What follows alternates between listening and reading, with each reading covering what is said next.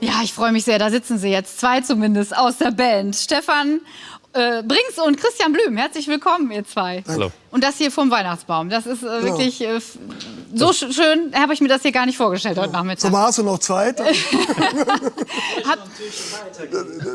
genau. für einen Weihnachtsbaum Bei mir vorbei. habt ihr noch keine Zeit im Moment, ne? Nee, das ist sowieso immer dieser Umschwung. Kurz vor Karneval noch ganz normal spielen, dann kommt Karneval, dann kommt Weihnachten. Das ist immer ein Kulturschock hier. Ja. Wie war das denn für euch am 11.11. dieses Jahr? Ich frag mal. Es war auf jeden Fall, du wusstest, wie auch eigentlich jetzt, du wusstest nicht genau, was auf dich zukommt. Du wusstest klar, es gibt eine Bühne auf dem Heumarkt, da wo eure Kollegen ja auch die Sendung gemacht haben. Aber was du nicht weißt, ist, wie die Stimmung ist. Weil irgendwie ist ja, die Pandemie drückt ja auf die Stimmung. Ne? Aber es war dann im Endeffekt doch so, dass kann man sagen, die Leute haben die paar Stunden genutzt. Es waren ja auch mit dem Tanzbrunnen zum Beispiel und dem Heumarkt, da ist man draußen, da fühlt man sich ja dann doch auch eher, was die Pandemie angeht, ein bisschen sicherer. Ne? Stimmung wurde ja auch kontrolliert, 2G, klar. Und habt ihr euch da sicher gefühlt auch? War das so ein Gefühl, dass ihr gesagt habt, Mensch, wir können jetzt auch feiern? Weil es ist ja eigentlich, die Schleusen sind ja eingezogen. So? Ja, ich glaube, dass wir noch am sichersten sind, wenn du da irgendwo auf so einer Bühne bist. Das ist was anderes, wenn du nachher in der Kneipe spielst. Aber das war auch noch zum Zeitpunkt, wo das noch nicht so explodiert war. Also ich habe da noch nicht so ein drückendes Gefühl gehabt. Das hat sich seitdem eben eigentlich erst so richtig ausgebildet. Also im Moment ist alles schon duster. Könnt ihr überhaupt planen, wenn ihr jetzt guckt, wenn es im Januar geht es ja, glaube ich, wieder los, was da so kommt? Es gibt natürlich schon Termine, klar, aber ist das... wir haben uns entschieden, Musiker zu sein. Mit dem Plan haben wir es nicht. Ist wahrscheinlich auch die gesündere Einstellung im Moment. Ja, wir haben so eine Session, wenn du die buchst du ja 2 Jahre im Voraus. Es gibt die Buchungen, jetzt ist nur die Frage, was wird daraus? Ne? Es ist ja auch noch die Frage... Du kannst ja auch jetzt, sagen wir mal, als Verein oder Gesellschaft hingehen und sagen, ich mache meinen Abend, die Künstler kommen. Aber was du nicht weißt, ist, ob dein Publikum kommt. Weil viele ja einfach vielleicht sagen so, boah, ich habe eben Tagesschau geguckt oder gestern Abend, ich gehe da morgen nicht hin. Ich bleib zu Hause. Die Leute werden dann auch nicht zu ihrem Verein sagen, kann ich mein Geld zurück? Das machen die ja nicht. Aber im Endeffekt ist vielleicht dann ein Saal oder ein Zelt halb leer.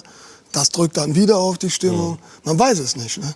Aber ich persönlich finde, oder empfinde, dass es bis Januar oder so, ich glaube, dass wir werden feiern können. Kriegen wir es hin? Ich hoffe es. Wir hoffen es alle irgendwie. Also wir hätten nicht gedacht, dass das noch mal in so ein Jahr geht. Dass es auch so viel Unsicherheit gibt, ob man sich impfen lassen soll und so weiter. Und das verlängert diese ganze unsägliche Situation. Ja, nicht nur für uns, sondern auch für die Kinder. Wir haben auch alle Kinder, die teilweise noch in der Schule sind. Und es wird auch nachhaltig Einfluss haben auf unsere Kulturszene. Also wir werden wahrscheinlich nicht so ein Riesenproblem haben, weil die Säle wo ein paar tausend Leute reinpassen, die wird es wahrscheinlich noch weitergeben. Aber diese gesamte Kleinkunstszene, die wird es nicht mehr so geben. Also das gibt für die Leute, die da ein gutes Auskommen von haben, die durch die kleinen Läden ziehen und vielleicht als allein Singer-Songwriter so, da wird es keine Spielorte mehr geben. Das verändert komplett unsere Kulturlandschaft. Ganz schlecht. Die Leute kommen halt nicht. Wir hatten jetzt zum 30-jährigen Bandjubiläum, was ja dieses Jahr war, gab es einen Film, der ist als 45-Minuten-Version auch bei euch im WDR gelaufen. Es gab eine lange Version von 1,5 Stunden, der heißt Nix für lau, also nix umsonst. Und der ist ein paar Mal in Kinos gelaufen, läuft auch immer noch in Kinos, aber wir haben auch angefangen, den in Kneipen zu zeigen. Weil so kölsche Musik und so eine Band wie uns, wir gehören eigentlich eher nicht in ein Programmkino, eher in eine Kneipe. Aber da hast du dann auch gemerkt, hat der Wirt gesagt, erst war die Kneipe ausverkauft für den Film und abends sind dann doch einige Leute nicht gekommen, weil sie Schiss hatten. Ne? Was heißt Schiss? Weil sie besorgt sind. Schiss ist gemein, das stimmt ja nicht. Nee. Ja. Weil sie vorsichtig sind, sagen wir mal so. Genau. Wir gucken mal nach vorne. Ihr habt ein tolles Projekt am Start, ne? Das neue Album. Da gibt's auf einmal Brings klassisch. Ja. Da musste ich erst mal zweimal hingucken.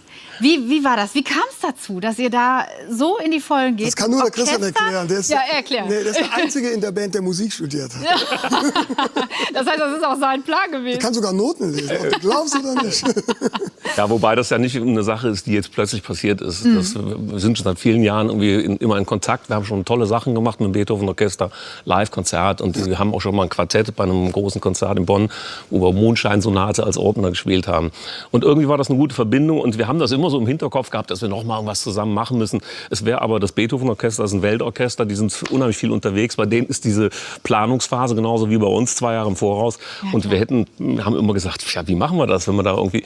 Und dann kam eben dieser Lockdown, dann sieht man, es gibt auch gute Ergebnisse daraus und haben dann relativ spontan gesagt, es gab ja schon 5 Arrangements für diese Live-Sachen, dass derselbe Arrangeur, so ein Grazer Arrangeur, Reinhard Summerer, dass der jetzt quasi für ein ganzes Album das schreibt. Und das hat er in einer relativ kurzen Zeit gemacht. Und letztes Jahr im Oktober, Ende Oktober, haben wir das dann in so einem großen Saal in Bonn aufgenommen. Das war für uns alle ziemlich aufregend, weil ja, wir sind anders gewohnt zu arbeiten. Ne? Ja, schon, also ihr seid ja wirklich eine sehr viel kleinere Besetzung unter normalen Umständen. Aber was total wichtig an dem Ding ist, was Christian gerade erzählt hat, der Reinhold, Reinhold Summerer aus Graz.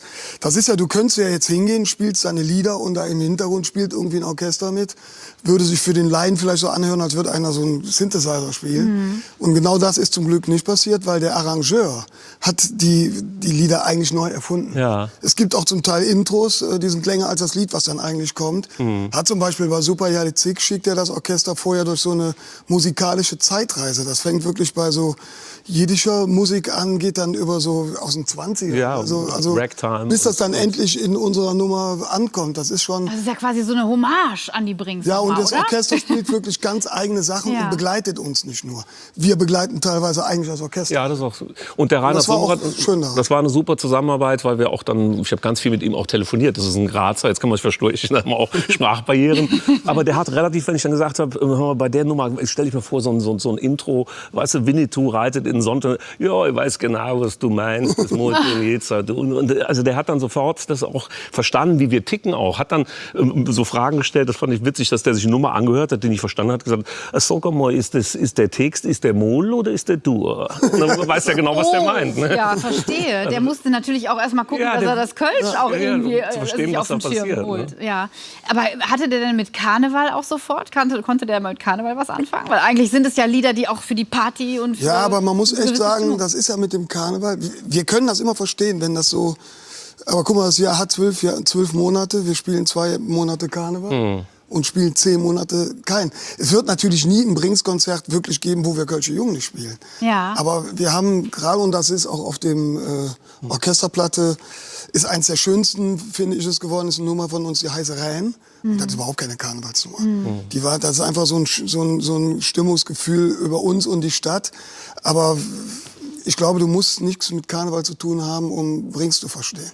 Feiern die trotzdem in Graz ein bisschen, wenn ihr da eure Karnevalskracher dann... Ich glaube, Karneval weiß ich nicht, aber was jedenfalls wichtig ist, dass bei der Platte, dass wir die Fans der Klassik vielleicht auch mal auf unsere Seite holen und die Fans von Brings auch mal Klassik zeigen können. Auf dem Album ist ein Stück von Schostakowitsch, das ist die wirklich richtige klassische Nummer. Da haben wir mit den Erben Schostakowitsch, die sehr pingelig sind, die haben uns das freigegeben und der Peter durfte als erster da einen wirklich tollen Text draus schreiben. Und das so zusammenzuführen, das war für uns auch alles total spannend, weil du auch ganz neue Wege siehst und ganz neue Einflüsse hast. Ne? Das ist toll. Ist es für Sie was Besonderes, dass es die Bonner sind? Weil Sie sind ja Bonner auch eigentlich immer treu geblieben. Ich wohne in Bonn, ich bin halt Bonner. Ne? Ja. Das ist eine schöne Zusammenarbeit. Wir sind eine Köln-Bonner Band. Und jetzt der Gitarrist Harry kommt da genau wie Christian. Wir sind ja 5 Leute, von denen 2 richtige Bonner sind. Also wir sind schon eine Köln-Bonner Band. Darum ist diese Verbindung, die macht auch Sinn. Dann war noch der Dirk Kaftan, der Dirigent, der Chef des Orchesters, gehört aus der Eifel.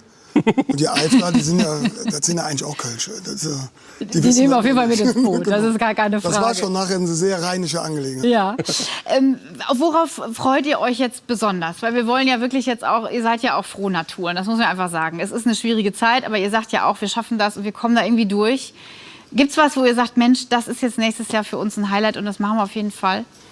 Nächstes Jahr oder generell ist noch nicht planbar. Wir freuen uns jetzt drauf, dass wir genau dieses Album dann in 23, weil dann ist es relativ sicher hier, so wie es aussieht, am Roncalli-Platz mit dem Orchester aufführen, 3 Tage. Und da freuen wir uns alle. Weil für uns ist das nach wie vor, solange das nicht auf der Bühne ist, hat das nicht existiert. Ja. Die Platte ist toll geworden, ja. aber ich finde, Musik gehört auf eine Bühne. Und dann Das kannst du mal 5 finden Leute wir schwitzen auch. sehen, die nicht. Ja. Oh ja. Ich bin gespannt auf das Live-Event. Aber wir haben eine Sache gelernt, es ist ja echt schwer, eine Rockband leise zu kriegen. Orchester kriegst du ganz einfach leise. Musst du Noten wegnehmen. Niemand mehr einen Ton. Dann sitzen wir ganz brav. Die Wir lernen würden das ja dann- auswendig bis dahin. Wenn Wartet du uns ab. was wegnimmst, dann werden wir noch lauter. Wir sind gespannt und freuen uns sehr. Vielen herzlichen Dank, ihr zwei, Stefan Brings und Christian Blüm. Ich wünsche alles Gute. Dankeschön. Wir freuen uns auf die Live-Konzerte, keine Frage.